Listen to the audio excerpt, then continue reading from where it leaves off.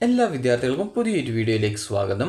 ഈ വർഷത്തെ MCS അതായത് MCS-FNCKയുടെ BSc നഴ്സിംഗ് കോഴ്സ് അതുപോലെ തന്നെ MSc nursing post basic BSc nursing കോഴ്സുകളിലേക്കുള്ള അലോട്ട്മെൻറ്റ് ഷെഡ്യൂൾ പ്രസിദ്ധീകരിച്ചു.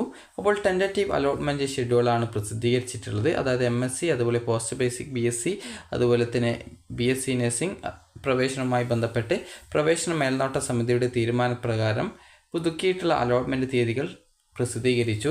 അപ്പോൾ വിദ്യാർത്ഥികൾക്ക് ഓൺലൈനായിട്ട് അപേക്ഷ നൽകാനായിട്ട് 15-ാം തീയതി, അതായത് ജൂൺ 15 മുതൽ ജൂലൈ 15-ാം തീയതി വരെ വിദ്യാർത്ഥികൾക്ക് അവസരം നൽകിയിട്ടുണ്ടായിരുന്നു. അപ്പോൾ വിദ്യാർത്ഥികളുടെ data verification list of application with remarks on website, അത് നിങ്ങളുടെ ആപ്ലിക്കേഷൻ വല്ല റിമാർക്സ് ഉണ്ട്, എന്തെങ്കിലും തെറ്റുണ്ടെങ്കിൽ അത് തിരുത്തുന്നതിനുള്ള ആ ഒരു ഡീറ്റെയിൽസുകൾ 22-ാം തീയതിയാണ് പ്രസിദ്ധീകരിക്കുന്നത്. അതായത് ഇന്നാണ് 22-ാം തീയതി എന്ന് പറയുന്നത്. അപ്പോൾ ഇന്നാണ് ഇത് പ്രസിദ്ധീകരിക്കുന്നത്. അതുപോലെ തന്നെ last date of correction of entry error and if any by the candidate, നിങ്ങളുടെ ആപ്ലിക്കേഷനിൽ വല്ല തെറ്റുകൾ, എന്ത് വിധത്തിലുള്ള തെറ്റുകളുണ്ടെങ്കിലും അത് തിരുത്തുന്നതിനായിട്ട് വിദ്യാർത്ഥികൾക്ക് 24-ാം തീയതി വരെ അവസരമുണ്ട്.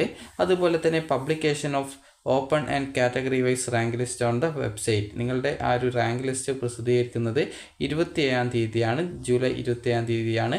ഫസ്റ്റ് അലോട്ട്മെൻറ്റ് വരുന്നത് ജൂലൈ 29-നും. ആ ഒരു അലോട്ട്മെൻറ്റ് ലഭിക്കുന്ന വിദ്യാർത്ഥികൾക്ക് ഫീ പേയ്മെൻറ്റും കോളേജിൽ ജോയിൻ ചെയ്യുന്നതിനും, അതായത് ഫീ പേയ്മെൻറ്റ് ചെയ്യാനും അതുപോലെ തന്നെ കോളേജ് ഓപ്ഷൻ റീ അറേഞ്ച് ചെയ്യാനുമുള്ള സൗകര്യം 29 മുതൽ ജൂലൈ 31-ാം തീയതി വരെയാണ്.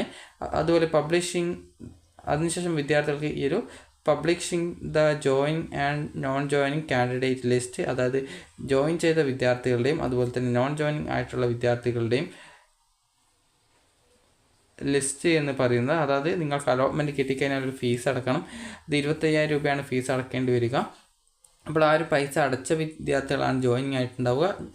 ഫീസ് അടക്കാത്ത വിദ്യാർത്ഥികൾ നോൺ ജോയിനിങ് ആയിട്ടാണ് വരിക.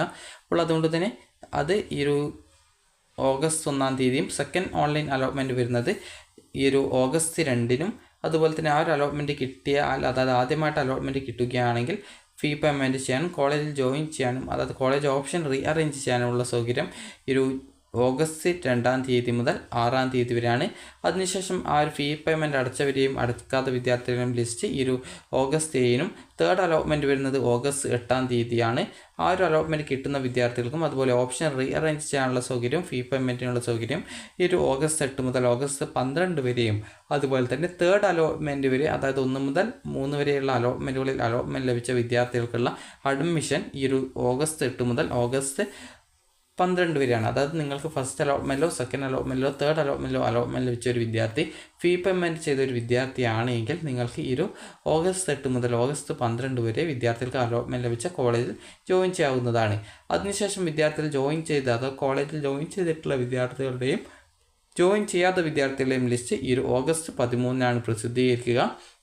ഇനി fourth online and spot admission if any അങ്ങനെ എന്തെങ്കിലും ഉണ്ടെങ്കിൽ ഈ ഒരു prior approval from the ASC, അതായത് ASC എന്ന് പറഞ്ഞാൽ ഈ ഒരു MCS-FNCKയുടെ ഒരു പ്രവേശനവുമായി ബന്ധപ്പെട്ടുള്ള മേൽനോട്ട സമിതിയാണ്. അപ്പോൾ അതിൻ്റെ ആ ഒരു അറിയിപ്പ് പ്രകാരമായിരിക്കും ആ ഒരു പിന്നീട് വരുന്ന അലോട്ട്മെൻറ്റുകൾ ഉണ്ടാവുക. അപ്പോൾ നിങ്ങൾക്ക് ഇതുമായി ബന്ധപ്പെട്ടുള്ള അറിയിപ്പുകൾക്കായിട്ട് നിങ്ങൾ എപ്പോഴും ഈ ഒരു www.mcsfnck.com വെബ്സൈറ്റ് സന്ദർശിക്കുക എന്നുള്ളത് കൂടി ഇതിൽ പ്രത്യേകം നിങ്ങളോട് നിർദ്ദേശിച്ചിട്ടുണ്ട്. കാരണം പല വിദ്യാർത്ഥികളും ഈ ഒരു ഡേറ്റ് അറിയാതെ കാരണങ്ങൾ കൊണ്ട് നിങ്ങൾക്ക് ആ ഒരു എഡിറ്റ് ചെയ്യാനുള്ള ഒരു അവസരമൊക്കെ നഷ്ടപ്പെടും. അതുകൊണ്ട് തന്നെ ആ ഒരു കാര്യങ്ങൾ പ്രത്യേകം ശ്രദ്ധിക്കുക.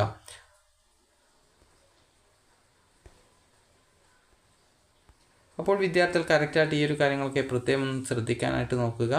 അപ്പോൾ വിദ്യാർത്ഥികളുടെ വെരിഫിക്കേഷൻ ഡാറ്റ പ്രസിദ്ധീകരിച്ചിട്ടുണ്ട്. നിങ്ങൾക്ക് ജസ്റ്റ് ഒന്ന് ലോഗിൻ ചെയ്ത് നിങ്ങൾക്ക് നിങ്ങളുടെ വെരിഫിക്കേഷൻ ഡാറ്റ പരിശോധിക്കാവുന്നതാണ്. അപ്പോൾ ഇവിടെ instructions to applicant to data verification എന്ന് പറഞ്ഞിട്ടുള്ള ലിങ്ക് കൊടുത്തിട്ടുണ്ട്. ജസ്റ്റ് അത് ക്ലിക്ക് ചെയ്ത് ആ ഒരു ഇൻസ്ട്രക്ഷൻസ് ഒന്ന് ഡൗൺലോഡ് ചെയ്ത് വായിച്ച് നോക്കുക. അപ്പോൾ ജസ്റ്റ് അത് ഡൗൺലോഡ് ചെയ്തിട്ടുണ്ട്. അപ്പോൾ നിങ്ങൾക്ക് ഇവിടെ കാണാൻ സാധിക്കും. ഇതുമായി ബന്ധപ്പെട്ടുള്ള നിർദ്ദേശങ്ങൾ കറക്റ്റായിട്ട് നിങ്ങൾ വായിച്ച് നോക്കുക. അപ്പോൾ നിങ്ങൾക്ക് ആപ്ലിക്കേഷനിൽ വല്ല തെറ്റുകളുണ്ടെങ്കിൽ അത് നിങ്ങൾക്ക് തിരുത്താവുന്നതാണ്. അപ്പോൾ വിദ്യാർത്ഥികൾക്ക് ഈ ഒരു വീഡിയോ ഉപകാരപ്രദമായിട്ടുണ്ടെങ്കിൽ ലൈക്ക് ചെയ്യുക, ഷെയർ ചെയ്യുക. Thank you for watching.